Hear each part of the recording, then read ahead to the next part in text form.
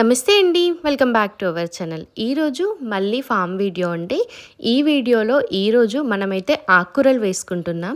ఈరోజు ఏం ఆకుకూరలు వేసుకుంటున్నాను, అలాగే ఎలా వేసుకోవాలనేది ఈ వీడియోలో మీకు చూపిస్తున్నాను.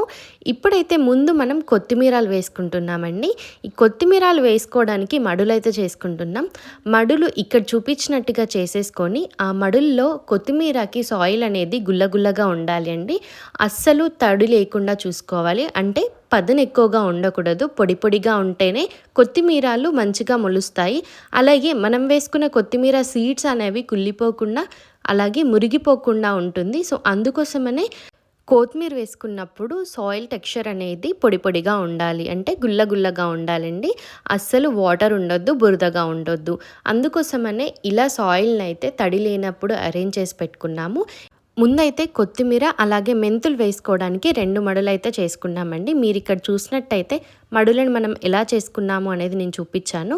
సైడ్కి కట్టల్లా పెట్టేసుకొని నీళ్లు నిలిచేలాగా వాటరింగ్ చేసుకున్నప్పుడు నీళ్లు నిలవాలి దాంట్లోకి, అంటే మొక్కలకి నీరు అనేది నిలిచిపోయేలాగా ఈ మడులని చేసుకొని మనం వేసుకుంటున్న ఆకుకూర విత్తనాలు వేసుకోవాలి. మొదటైతే నేను ఇక్కడ మెంతులు వేసుకుంటున్నానండి.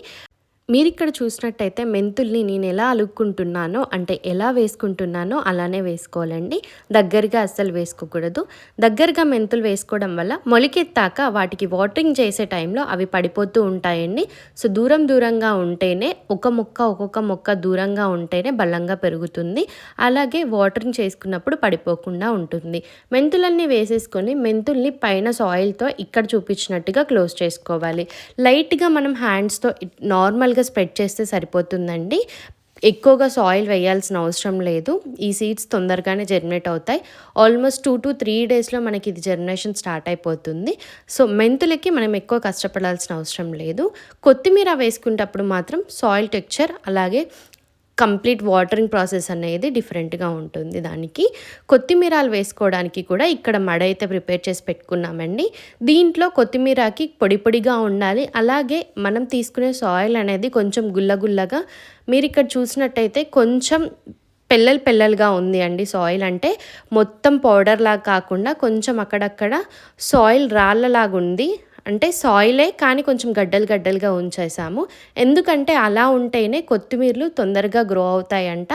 అలాగే వాటరింగ్ చేసుకున్నప్పుడు ఈ కొత్తిమీర సీడ్స్ అనేవి కుళ్ళిపోకుండా ఉంటాయంట. సో అందుకోసమని కొత్తిమీర వేసుకునేటప్పుడు ఎప్పుడైనా కూడా సాయిల్ టెక్స్చర్ అనేది ఇలా ఉండాలి. సేమ్ మెంతులను అయితే ఎలా వేసుకున్నామో అలాగే ఈ కొత్తిమీరలను కూడా అలుక్కోవాలండి. అంటే మనం సరిపోయే అంత అలుక్కుంటే సరిపోతుంది. ఒకసారి వేసుకుంది ఒక 2-3 టైమ్స్ ఆర్ 4 టైమ్స్ హార్వెస్ట్ చేసుకుంటాం మనం తీసుకున్న క్వాంటిటీని బట్టి. ఎక్కువగా తీసుకుంటే అంతా ఒకటేసారి గ్రో అవుతుంది కాబట్టి మనకి యూజ్ ఉండదు. సో ఈ టైం ఇప్పుడు వేసుకుని హార్వెస్ట్ చేసుకొని ఈ బ్యాచ్ ఎండింగ్కి వస్తుంది, నెక్స్ట్ హార్వెస్ట్ కల్లా అయిపోతుంది అన్నప్పుడు ఇంకొక బ్యాచ్ స్టార్ట్ చేసుకోవచ్చు. నేను మెంతులు కూడా ఎప్పుడైనా అలానే చేస్తానండి. ఆల్రెడీ ఒక బ్యాచ్ ఉంది, ఇప్పుడు అది హార్వెస్ట్ చేసుకుంటున్నామని చెప్పి ఇప్పుడు ఈ బ్యాచ్ వేసుకుంటున్నాను, ఇంకో బ్యాచ్. సో ఇదండి కొత్తిమీరలు మెంతులది. అయితే కొత్తిమీరకి వాటరింగ్ అనేది చాలా తక్కువ చేయాలి స్టార్టింగ్లో. ఎప్పుడైతే మొలకలు వస్తాయో అప్పుడు కంప్లీట్గా సాయిల్ అనేది పదును ఉండేటట్టు చూసుకోవాలి. అంటే పైన వరకే కాకుండా లోపల వరకు సాయిల్ పదునుగా ఉండాలి. మెంతులకు కూడా అంతే అండి. గ్రో అయ్యేంత వరకు డైలీ మార్నింగ్ ఆర్ ఈవినింగ్ మనం ఎండ్ ఉన్నప్పుడు మాత్రం వాటరింగ్ చేయకూడదు మొక్కలకి. ఏ మొక్కలైనా సరే విత్తనాలు వేసుకున్నాక మార్నింగ్ ఆర్ ఈవినింగ్ ఒకసారి వాటరింగ్ చేసుకుంటే సరిపోతుందండి. ఇప్పుడైతే చుక్కకూర వేసుకోవడానికి మరో మడి కూడా తయారు చేసుకున్నాం. ఇక్కడ నేను ఈ మడులన్నీ చేసుకోవడానికి అమ్మమ్మ హెల్ప్ తీసుకుంటున్నాను. మీరు నా ముందు వీడియోస్ చూసుంటే మీకు అర్థమవుతుంది ఎందుకు ఏంటి అనేది స్టోరీ అంతా. సో ఈ మడులన్నీ అమ్మమ్మ తాతయ్య హెల్ప్తో చేశానండి. ఈరోజు అయితే ఆకుకూరలు అల్లుకోవడానికి అమ్మమ్మ చేస్తుంది ఈ మడులు. అలాగే విత్తనాలు కూడా అమ్మమ్మే వేస్తుందండి. నార్మల్గా నేను పాలకూర, తోటకూర అవన్నీ నేను గ్రో చేశాను. మీరు ఇంతకుముందు వీడియో క్లిప్స్లో చూసుంటే మీకు అర్థమవుతుంది. ఆల్రెడీ మనకి ఇప్పుడు పాలకూర, తోటకూర ఉందండి. అందుకోసమే లేనివి నేను ఇప్పుడు అలుకుతున్నాను. మనకి మెంతాకు కూడా కొంచెం ఉంది, ఆ బ్యాచ్ అయిపోతుంది అని చెప్పి మళ్ళీ వేస్తున్నాను. సో ఇప్పుడు వేస్తుంది అయితే చుక్కకూర అండి. చుక్కకూరకి ఏంటి అంటే మనం పైనుంచి అలుక్కుంటే తొందరగా జర్మినేషన్ అనేది అవ్వదండి. ఎందుకంటే ఈ చుక్కకూర సీడ్స్ కొంచెం డిఫరెంట్‌గా ఉంటాయి. ఇక్కడ మనకు చూసినట్టయితే అది ఫ్లవర్ టైప్‌లో ఉంటుంది. దాని లోపల సీడ్స్ అనేవి ఉంటాయి. సో, అందుకోసమని చుక్కకూర వేసుకున్నప్పుడు ఇలా నార్మల్‌గా పైనుంచి వేసేసి వాటిని కొంచెం ఫింగర్‌తో ప్రెస్ చేసుకొని దానిపైనుంచి సాయిల్ వేసి వాటరింగ్ చేసుకోవాలండి. ఆకుకూరల్లో చుక్కకూర వేసుకునేటప్పుడు ఈ టిప్‌నైతే ఫాలో అవ్వండి.